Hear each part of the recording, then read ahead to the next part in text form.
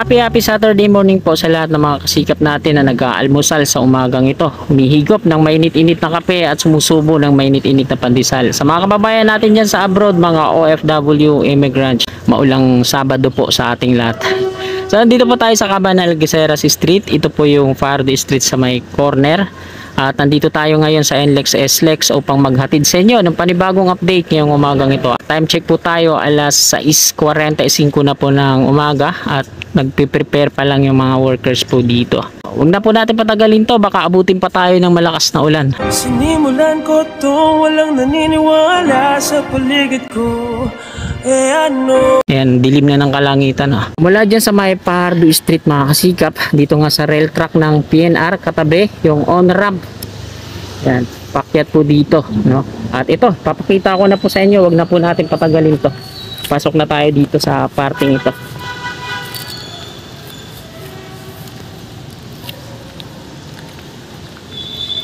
So ayan mga kasikap, yung latest na update dito sa on-ramp. Nag-pouring na sila mula dito hanggang doon, siguro mga nasa 20 meters na. Magandang umaga sir. Siguro mga nasa 20 meters na yung haba ng pouring nila dito sa on-ramp. Paakyat po yun, patungo doon, no? At doon naman sa dulo, ayan, naka-ready na po yan.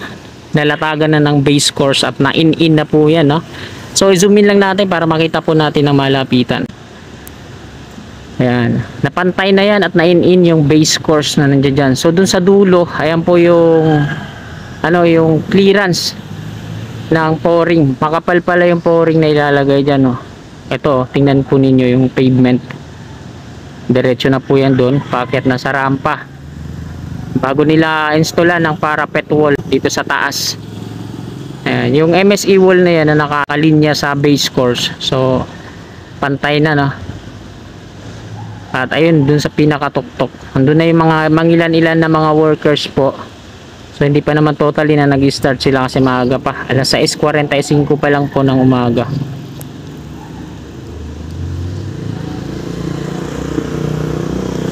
At dito naman sa off-ramp, ayan po yung off-ramp patungo doon. Going pa rin, no? Tuloy-tuloy pa rin yung pagdi-demolish nila doon sa malapit palabas ng Loyola Street. So ayan po yung update natin ngayong Sabado ng umaga dito sa on-ramp sa may Pardo Street. At diretso tayo ngayon sa may Ramon Magsaysay Boulevard at hanggang dun sa section 2A dun tayo mag-e-end ng ating vlog. So tara, let's go! Nasa kabahan tayo ngayon ng Algeciras Street at babaybayin natin to patungo dun sa may Gito Ason. Time check po tayo, alas 6:47 na po ng umaga. Ngayon po ay araw ng Sabado, ika-23 na po ng Setyembre, taong 2023. At ito nga, makulimlim, masama po ang panahon ngayon.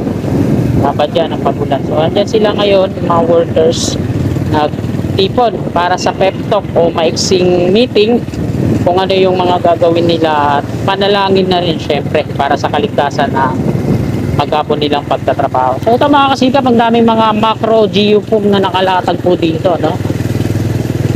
Ito yung gagamitin nila dyan sa mga pagpo-pouring nila dito sa ilalim o sa mga rampa ng NLEX SLEX. At yung ibang mga workers naman nandyan sa ilalim pa, nag-aantay ng oras kung kailan sila mag-umpisa ng kanilang mga trabaho. Yan yung mga marami nilang mga heavy equipment, mga materyales sa ilalim. So kakanan na po ako dito. Ito yung Honrades Street.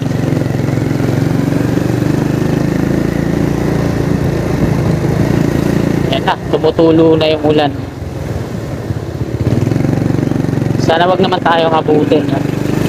Hanggang makalagpas tayo dun sa Nagtahan interchange sa may Pandakan. Vicente Cruz na po tayo.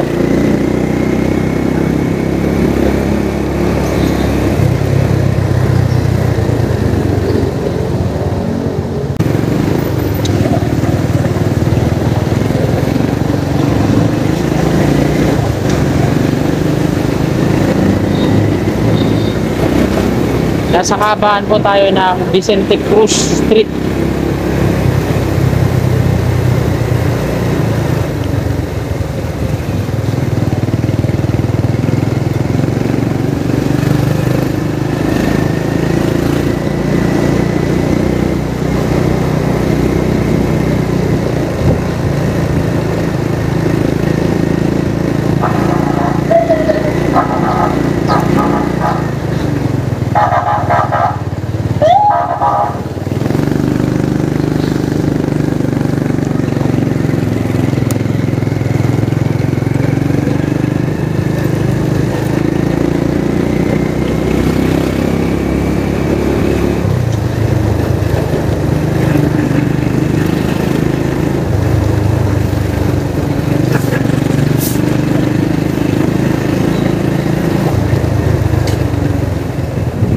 dito na po tayo sa may Poresa Extension.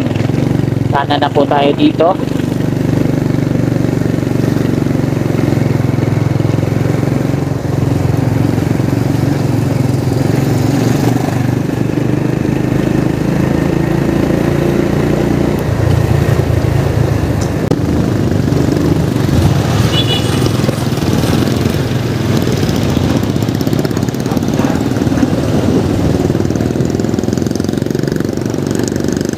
So nandito tayo ngayon mga kasikap sa kaba ng Ramon Magsaysay Boulevard. Ito yung dating flyover mula dito patungo naman dun sa kabilang dulo. Ito yung Center Island.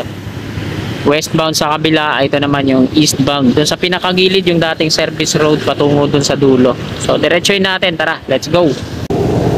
Ito yung Center Island. At ito na nga mga kasikap, napormahan na nila dito sa parting ito. Ayan o. Ang ginamit nilang forma dito para sa pagpuporing dyan sa pile cap foundation ay ito lang, marine plywood tsaka mga coco lumber. Tapos nilagyan nila ng support na scaffolding.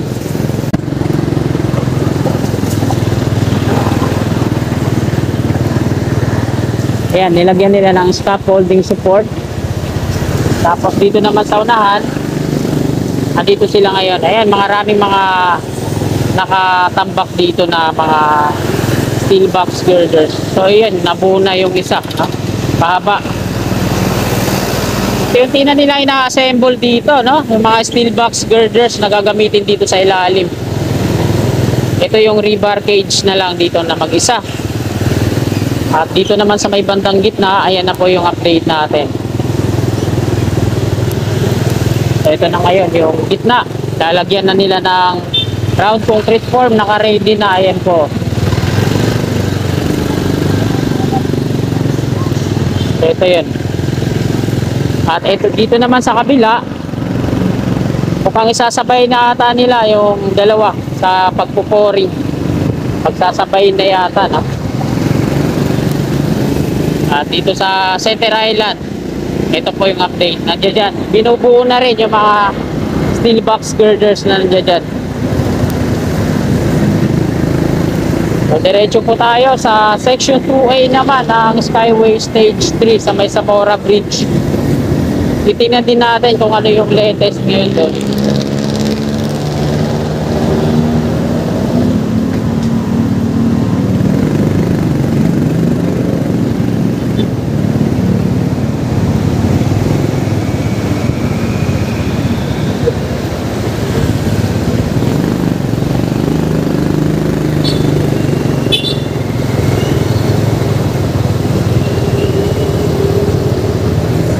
Sige ate, tawid na.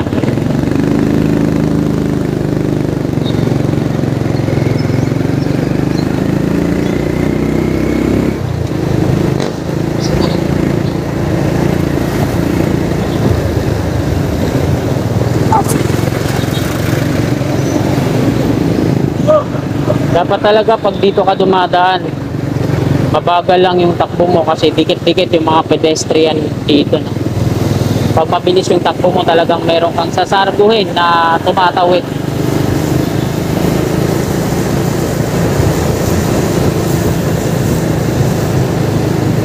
Baba po ito ng Old Santa Mesa Street.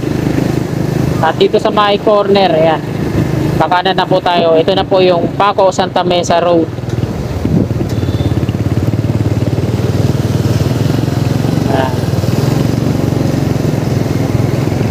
Patungo daw ng Quirino Avenue via Padre Jacinto Zamora Bridge. Ito na po yung Maui Oasis sa kanang bahagi po natin. At ito na yung umpisa ng Section 2A ng Skyway Stage 3. Pero ng rebar doon sa kanan. Dito sa kaliwa, pababa, wala pa. Sa pangalawang mga pier naman, ito. Pero na rin dito, rebar halos nabubuo na. Doon naman sa kaliwa, wala pa. Preparation pa lang ng mga workers po natin dito. Yung mga naka-orange ng hard hat, ayan po yung mga laborer. Ayan, may mga steel beam na naka-ready na. Dito sa kanan, ito yung equipment nila. Dalawa. Roller crane tsaka excavator. At yung mga temporary steel casing na nandito na nakalaan para dyan sa butas na napapaikutan ng sheet pile. Ito po, hindi pa pinoprogress, wala pang progress, no? Hindi pa nila ginagawa, hindi pa yung mga worker preparation pa lang. So nagte-text pa ngayon yung iba nagkakape pa. Ito yung barak nila dito sa gitna na Zamora Bridge.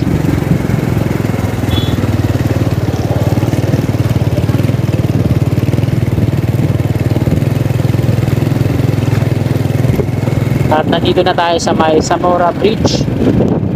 Lagay po ng Pasig River. Ang dami mga water lily. Dikit-dikit.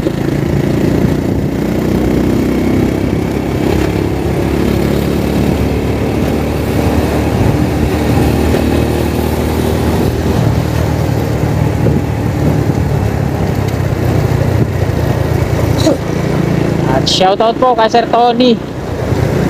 Angkas ka na, sir.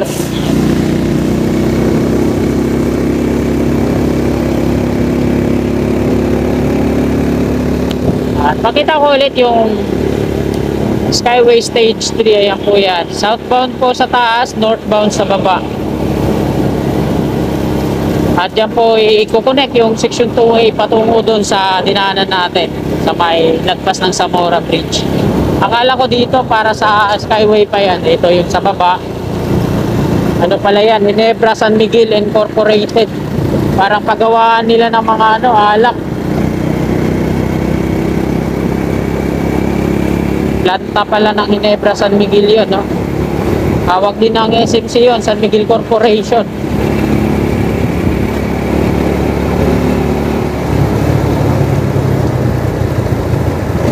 Grabe yung lubak dito, no? At ito na, pababa na po tayo sa rampa.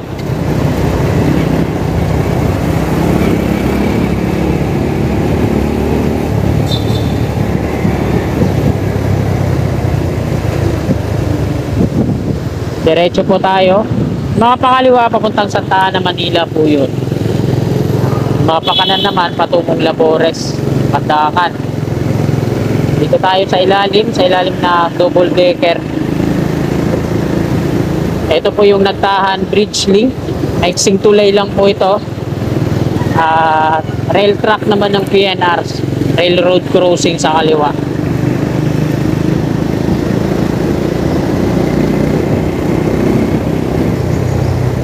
Police station dito sa ilalim ng flyover.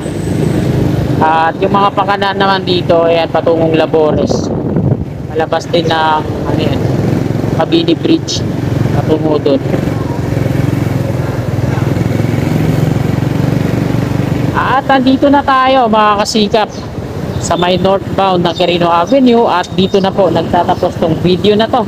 Kung nagustuhan nyo po yung vlog natin ngayong umaga, paki-like na lang po. At sa mga kasikap natin na bago lang sa aking YouTube channel at willing po kayo na sumuporta kay Kasikap, i-click lang natin yung subscribe button dyan sa baba at yung katabi niyong bell. Bell po natin para always na updated po lagi tayo sa mga bago ko pagpaparating na video. Maraming salamat po. Lagi po tayong mag-iingat. God bless. You're my angel, angel baby, angel.